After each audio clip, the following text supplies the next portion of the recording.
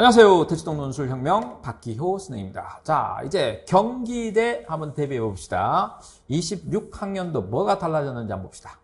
일단 생기부 산출 방식이 달라졌습니다. 내신 10%, 논술 90%인데요. 이 석차 등급을 구하던 방식에서 평균 점수를 구하는 방식으로 바뀌었습니다. 그래서 과목별 환산 점수로 계산해요. 그전에는 과목별 석차 등급으로 계산했는데, 자, 그래도 큰 의미는 없을 겁니다. 자, 9월 7일부터 9월 12일 사이에 원서 접수가 됩니다. 그러면 논술 시험은 11월 21일 금요일입니다. 자, 그리고 이제 모집 단위를 보면 수원이 있고요. 서울이 있는데 이제 올해부터는 전부 자유전공 학부로 바뀐 겁니다. 자유전공이에요. 그러면 좀 달라지는 게 학과별로 커트라인이 있던 게 그게 없어지고 그냥 이 인원수 안에 들어야 되는 거죠. 그래서 언어 사회 논술 95명, 서울 캠퍼스는 39명 이 안에 들어야 되는 겁니다. 수리 논술은 90명, 15명 이렇게 되네요. 자, 논술 90%라고 했죠. 그리고 생기부 교과만 반영하고 출결, 봉사는 반영되지 않습니다. 출결을 반영하는 대학은 동국대, 중앙대 정도 이렇게 됩니다. 동점자는 논술 성적 동점자 발생 시 교과 점수 순입니다. 자, 수능 최저학력 기준이 없다는 게 우리한테는 큰 메리트가 되는데 학폭은 감점이 있습니다. 논술 고사는 100분 동안 2문항을 푸는데 사실 시간이 남아요.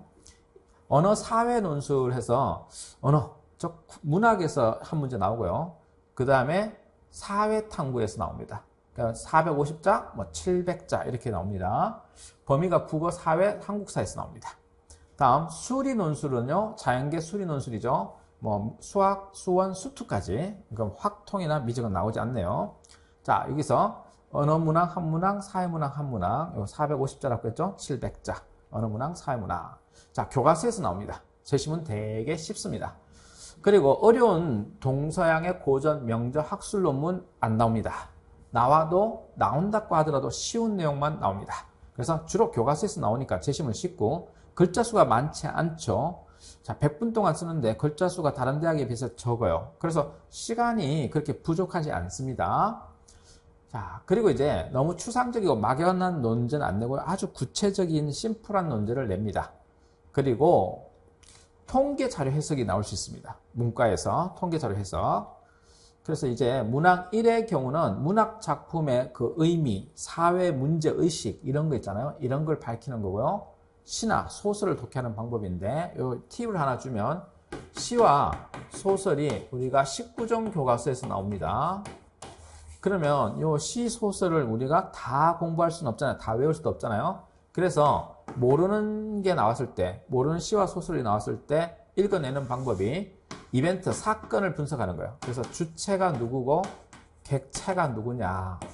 그리고 주체와 객체 사이에 벌어지는 이벤트를 이렇게 따져보면 시험 문제를 풀 수 있습니다. 그래서 주체가 객체한테 하는 행위나 태도, 객체의 대립, 갈등, 그리고 원인, 동기, 그리고 결과, 의 이런 식으로 이렇게 그림을 좀 그려보면 그런 문학작품을 쉽게 해석할 수 있게 됩니다.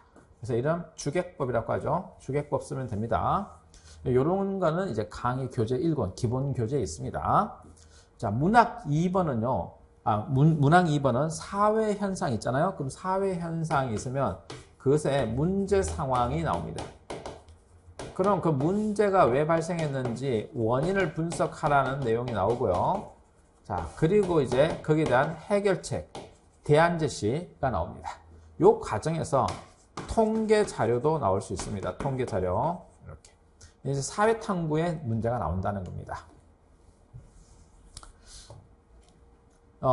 문항 2번이 문항 1에 비해서는 글자 수가 많죠. 700자까지 써야 되니까. 그럼 여러분이 그거 쓸 때, 중원, 부원 할 수가 있어요.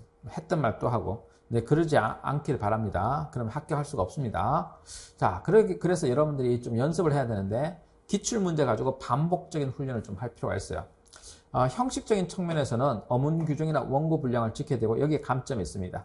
다음, 이해력. 제시문을 제대로 이해했는가. 논리적이고 분석적으로 제시문을 분석해서 자신의 논리대로 일관되게 글을 설수할 수 있는가 이런 걸 따지는 겁니다. 자, 이제 실제 기출문제 보면요. 1번 문항에 가의 기억을 형상화하는 가치에 대해서 설명하고 설명형이죠. 설명. 그리고 나의 상황에 대해서 비판하라 해서 문학 문제에 대해서 설명 비판형으로 450자. 그 다음에 가의 기억과 같은 주장이 가능하게 된 이유를 나를 참고해 설명하고 기억의 주장에 대해서 다라를 활용하여 비판적으로 설명하라. 그래서 설명 비판형으로 사탐 문제가 700자짜리가 나왔습니다. 여기 기출문제 A형, B형도 똑같아요. 요거 450자입니다. 두 아이가 기억니을 대하는 태도, 총수가 디귿을 대하는 태도를 비교 설명하는 문제. 다음 가의 관점과 나의 배부의 주장을 비교하고 그리고 과학기술이 가치는 가치에 대해서 나를 서술하는 문제. 비교 설명형 700자죠. 기억의 천사와 인간이 어떤 면에서 대비되는지 설명하고 저자가 인간을 긍정하는 이유를 써라 450자. 이거 조금 사실 어려운 문제였어요. 다음 나의 디귿의 관점에서 가의 기억을 비판하고 다의 역사적 사건이 갖는 의의를 통해서 가해를 지지해봐라. 비판 주장형. 이렇게 해서 25학년도는 이렇게 모의 논술과 기출문제가 나왔으니 여러분은 22 기출, 자 23 기출, 24 기출, 25 기출 해서 4개년치 기출과 모의를 풀어보기를 권유합니다. 자, 이 정도를 가지고 여러분이 반복적 연습을 합니다. 반복적 연습.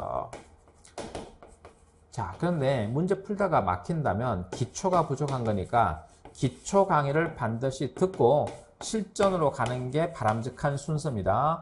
그리고 딥답 기출문제만 푼다고 해서 다시는 기출문제는 안 나오기 때문에 그 기출문제만 푼다고 해서 여러분이 합격하는 게 아니라는 거. 그래서 전혀 다른 문제가 나오더라도 여러분은 응용해서 풀 수 있는 그런 힘이 필요하다는 거. 그래서 본질적인 사회탐구에 대한 공부를 하셔라 하는 거예요. 문학 문제를 해석하는 방법과 사회탐구 문제가 나왔을 때 해결할 수 있는 공부를 하셔라 이겁니다. 자, 여기까지 박기호 선생님입니다.